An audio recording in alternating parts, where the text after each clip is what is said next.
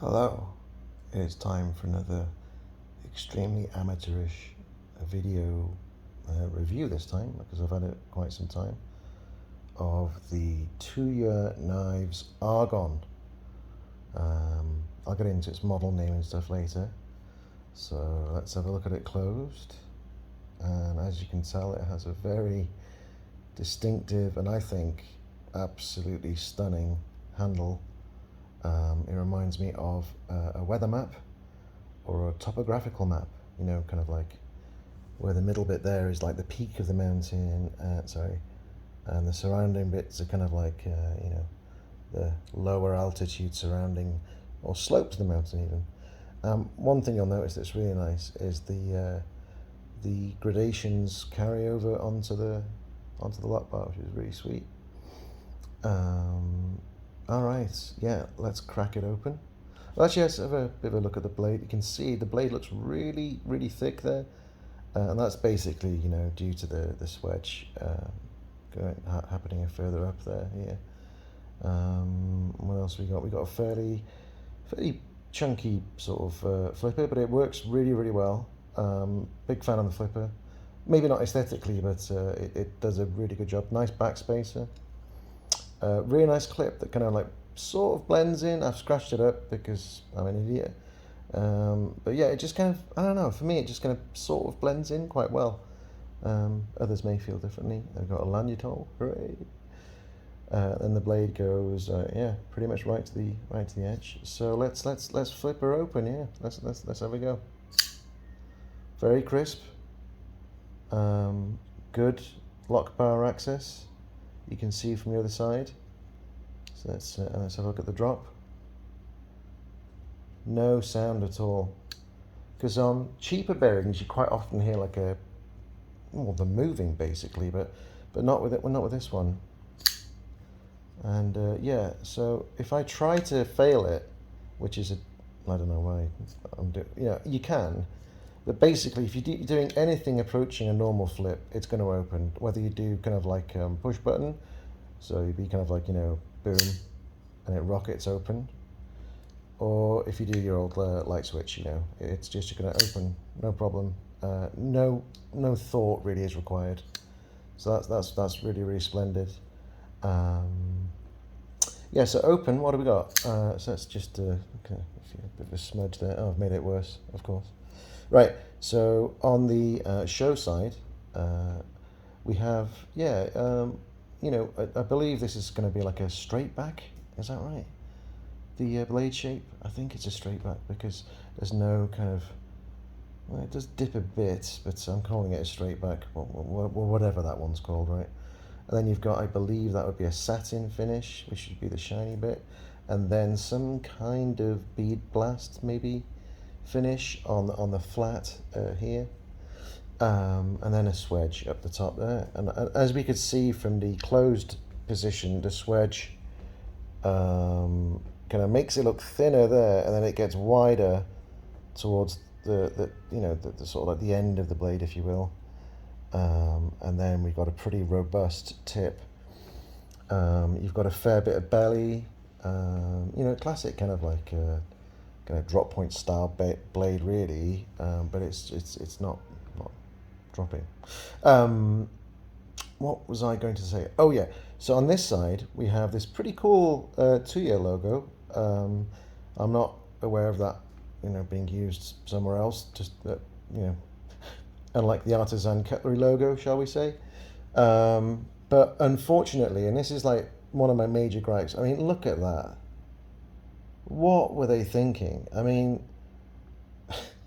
look at the incongruity. Yeah, basically, you've got this fabulous handle and a lovely pivot to a nice discreet S35VN, and then boof, Tuya knife T1702. Come on, man. What were they thinking? I mean, it feels like that, like maybe like someone did the handle and someone else did the blade, or maybe the guys in the factory didn't get the memo about this being an attractive knife, and they just went wham, set T17. I mean, it's just, I mean, it's not the end of the world, right? I mean, look at it. It's not the end of the world, but it's just a real shame because it does detract from the overall, you know, aesthetic of the knife. It really does. How are the acoustics? Nothing spectacular, but nothing bad either. So here's a drop right up to the microphone. So kind of not super clicky, but nice. And here's an open right next to the microphone. Try not to hit the phone. I'll do another one. Nice kind of click sound. I'm trying not to hold the pocket clip. So here a minute. Ow! Just stuck myself. What am I doing? What am I doing? Hold on. Right, hold it there, and you should be all right. Okay, here we go. No, I'm being an idiot. So here it is again, right up close. There we go, that nice crisp sound. One more time. Lovely. All right, how the ergos? Really good.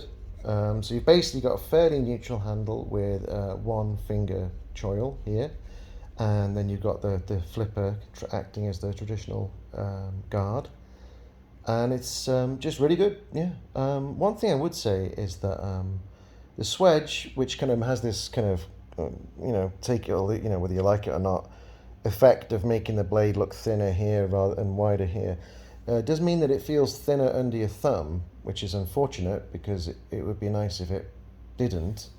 But you know, good to go basically. And also, and I find this with a bunch of flipper knives with fairly aggressive jimping. The jimping, when you're kind of like holding the knife tightly, the jimping, which is right in the middle of the picture there, does kind of rub against the outside of the top of your finger here. But you know, Jesus, yeah, it's fine. It's absolutely fine. But basically, and those gradations feel good. Do they help with grip?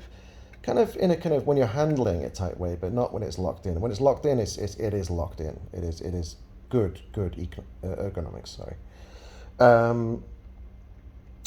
Right. Have I had any misfires with it or anything like that? No, not at all. Fidget factor, not massive. I mean, it's just a very satisfying opening mechanism, but you can't open it in 72 different ways. There's no way you can middle flicking anything or anything like that. So that's a thing, but that's the nature of the beast here.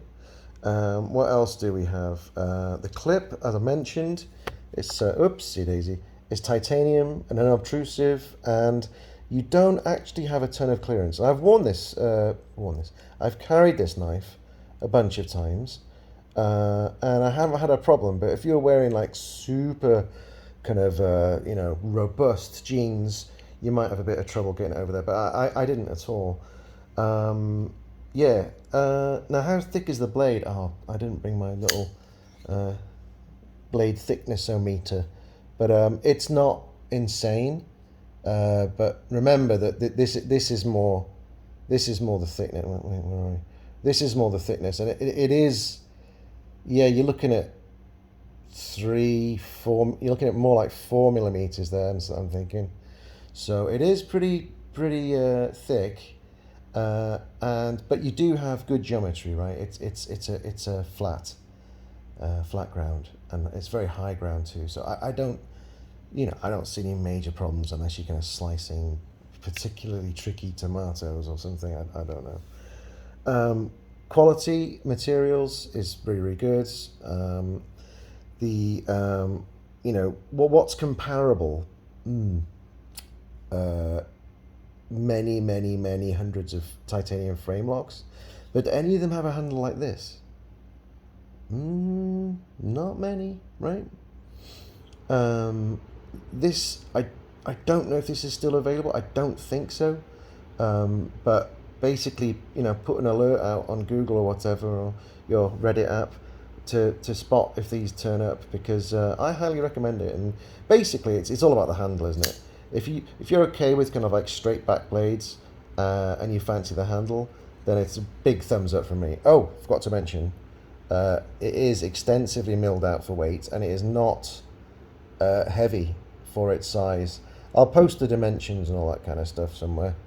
Well, next to the video probably. So it does not feel heavy at all, because you're looking at about what I'd say about a good 3.5 inches. But again, I'll post the dimensions. So there we go. That is the Tuya knife Argon, or affectionately known as the T1702, if you're that way inclined. All right, cheers.